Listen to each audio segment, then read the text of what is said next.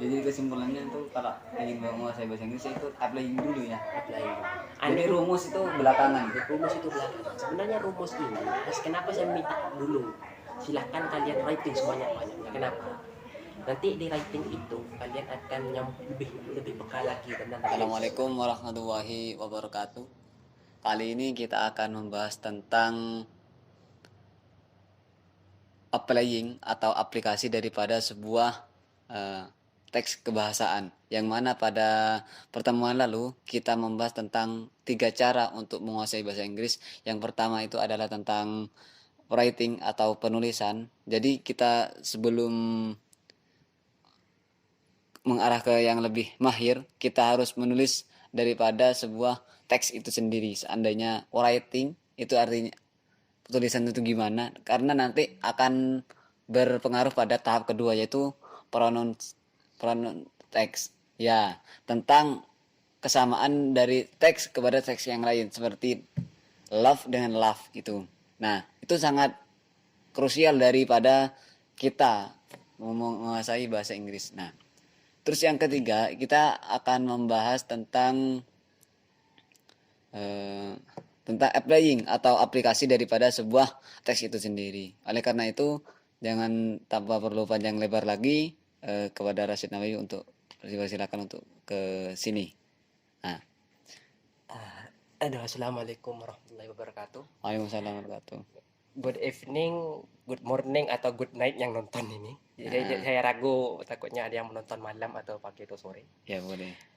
Seperti yang dibahas oleh sang profesor tadi, kita sudah berapa tahapan sudah untuk biar mengulas kembali sekilas. There's 3 ways actually to learn English. Ada 3 cara. Yang singkat, padat, dan jelasnya. Jangan pikirkan verbalnya dulu, pikirkan ini dulu. Kalau sudah 3 dasar nih bisa, baru kita main tenses. Mungkin kalau ada minat atau mungkin sudah mengerti. Yang pertama writing. Kenapa saya minta kalian writing? Karena menambah vocabulary, menambah kosakata. Karena pasti di setiap kata-kata itu mungkin kalian mesti akan menemukan 2 atau 3 kalimat yang hampir serupa, tapi juga tak sama. Nah, itulah nanti di yang kedua yang sudah kemarin kita bahas kemarin tentang pronunciation. Karena takutnya mungkin kalian ingin menyebutkan kalimat ini malah jadi maksudnya ini. Nah, sekarang yang ketiga, the final part of the pieces. Applyingnya, aplikasinya, pengaplikasiannya. Kenapa saya mengatakan pengaplikasian? Karena ini akan menjadi bahas terakhirnya kita. Dan juga memang dasar lah mencakup 2 ini tadi. Writing dan juga pronunciation tadi. Untuk applying sebenarnya tinggal kita lihat kondisi. Sebenarnya untuk applying itu sendiri, sebenarnya kita bisa gunain beberapa cara untuk lihatnya. Contoh seperti ini. Mungkin ada teman, mungkin ada satu keluarganya mungkin meninggal, mohon maaf. Mungkin kalau mungkin sedang berduka saat ini atau apa. Mungkin kalian sudah pernah dengar kata die. Itu artinya mohon maaf, ini bukannya mengkasar, tapi memang artinya memang ini, mati. Die, died, death, dan juga passed away. Masalahnya cuma satu. Pilih mana Anda untuk mengatakan ke teman Anda. Contoh, teman Anda mungkin sudah berduka, mungkin salah satu sanak saudara atau keluarganya sudah meninggal. Anda ingin menyampaikan belasungkawa dan bertepatan teman Anda itu ya mungkin Anda mungkin bisa berteman dengan orang bule. Anda ingin mengatakan rasa sedih Anda, rasa belasungkawa Anda, tapi masalahnya Anda takut menggunakan kalimat yang salah. Kenapa saya ngomong takut? Karena seperti tadi, die, died, death, and passed away. Semua maknanya satu, mati, cuman penerapannya beda. Jadi milih mana? Cuma sekedar kuis. Mungkin silahkan yang ngerti. Pilih mana? SOY dulu dah. SOY dulu. Contoh seperti ini. Indonesianya, John, aku dengar salah satu sanak saudaramu meninggal. Aku suruh belasungkawa ya. Nah, itu Indonya. Inggrisnya, saya akan kasih jawaban sini. John, I heard that your one of your family earlier atau mungkin barusan atau mungkin seterusnya. Di tengahnya ini pilih apa Anda? Die, died, death, atau passed away. Nah, Apa itu? benar kalimatnya memang benar mengatakan mati semua. Mohon maaf ini kalau kalimatnya agak Hmm. kasar. Tapi sebenarnya di setiap kata ini ada tempatnya. Mungkin kalau orang yang mungkin mungkin sudah mengerti, mungkin akan pilih. Saya tidak akan membocorkan, cuma saya akan bilang ini. A die itu biasanya digunakan untuk keadaan tertentu. Contoh seperti ini. My cat died. Hmm. Die atau died. Ini nanti ada verbalnya sendiri, mungkin Ya. yang sudah mengerti. Pronounce. Tapi tidak ada orang mengatakan death. Contoh, Oh, iya. my cat death. Tidak ada. Mesti sudah orang mesti ngomong, my cat died. Atau my cat died of an accident. Ah. Mesti pakai itu. Tidak akan pakai death. Death biasanya untuk benda yang bisa pakai orang, cuman ini agak sedikit berbau sudden atau dadakan. Contoh seperti ini. One of my friend died earlier. That have a death because of a heart attack. Mati karena serangan jantung. Tapi memang jarang ada menggunakan kalimat death. Karena rata-rata death ini hampir rata-rata kalau dilihat untuk kasus-kasus genting. Seperti contoh the case of a sudden death of a family. Contoh seperti kematian satu keluarga, the death of family. Biasanya kalimatnya seperti itu. Jarang ada mengatakan the die atau died. Jadi karena ada penekanannya writing, pronunciation, karena ini jantungnya sudah ke sini. Jadi Berarti kayak ada idiom. ada idiomnya, ada apa ya, kalau ibarat notasi ya pasti kan do re mi fa sol la si do. Nah, milih yang mana, tekanannya ada di mana, itu saja. Nah, applying seperti kata saya tadi, itu kuis saya, monggo kalau ingin dicoba mungkin ada yang mahir. Tapi kalau sudah bisa mohon jangan dikasih bocoran ya, biar profesornya nanti yang mungkin kasih sedikit video singkat lah untuk jawabannya apa ya. Boleh. Biar lebih seru sedikit. Jadi mohon applying-nya harus hati-hati karena applying the word is harder than saying the word. Mengatakan kalimatnya itu lebih susah daripada menerapkannya. Contohnya? Contohnya seperti tadi kata saya tadi. Apa ketika Anda ingin mengatakan salah satu sanak keluarga atau teman Anda ada yang meninggal, pilih kalimat yang mana? Karena itu salah satu contoh. Saya tidak mau memberikan banyak-banyak karena mungkin lah karena waktu juga dan juga biar tidak terlalu muter. Jadi pilih kalimat itu di antara empat itu. Sebenarnya jujur, sebenarnya saya ingin lebih menekankan lagi kepada pronunciation-nya. Kenapa? Sebenarnya dalam bahasa Inggris, ini sebenarnya fun fact saja sudah.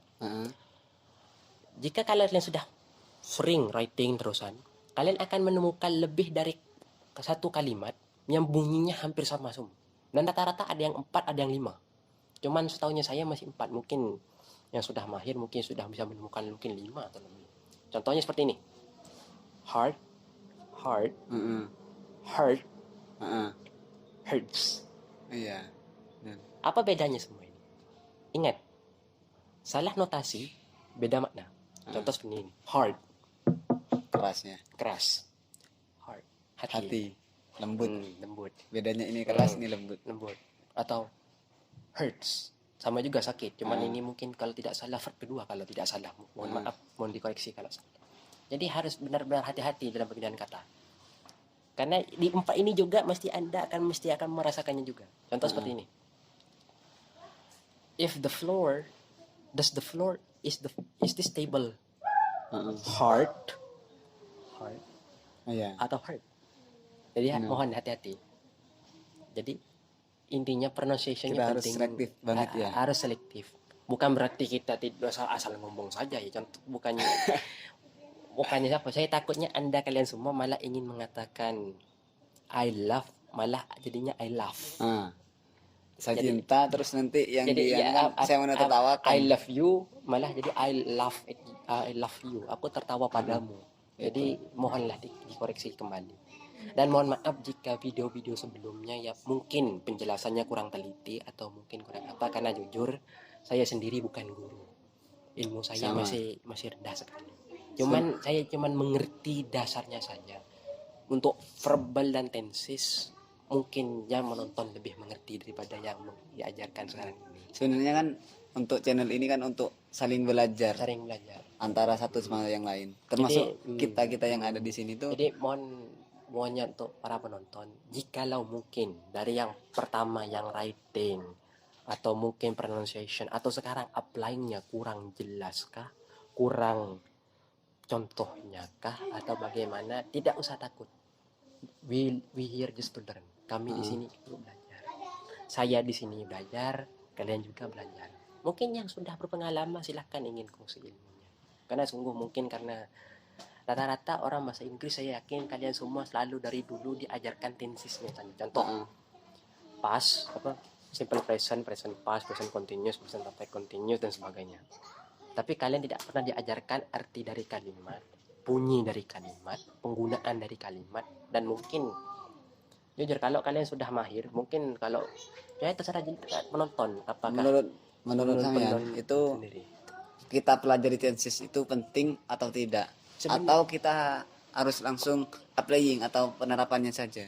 Kalau untuk kita main seperti itu, sebenarnya contohnya sudah ada di depan mata sebenarnya. Cuman anehnya kita gak pernah bisa nerapin.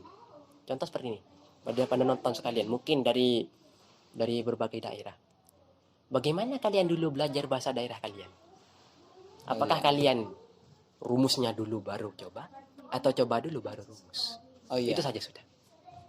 Sebenarnya kalau ditanya untuk menurut saya sendiri, it's easier to say it than do it. It's easier to do it, easier to do it than say it. Mengatakannya mudah, lebih baik, tapi lebih gampangnya untuk melakukannya. Jika sudah melakukannya, salah tidak salah, kan sudah bisa tinggal dikoreksi. Seperti itu. Jadi kesimpulannya itu kalau ingin menguasai bahasa Inggris itu applying dulu ya. Applying dulu. Jadi rumus itu belakangan. Rumus itu belakangan. Sebenarnya rumus ini, kenapa saya minta dulu? Silahkan kalian writing sebanyak-banyaknya. Kenapa? Nanti di writing itu kalian akan lebih peka lagi tentang tensesnya.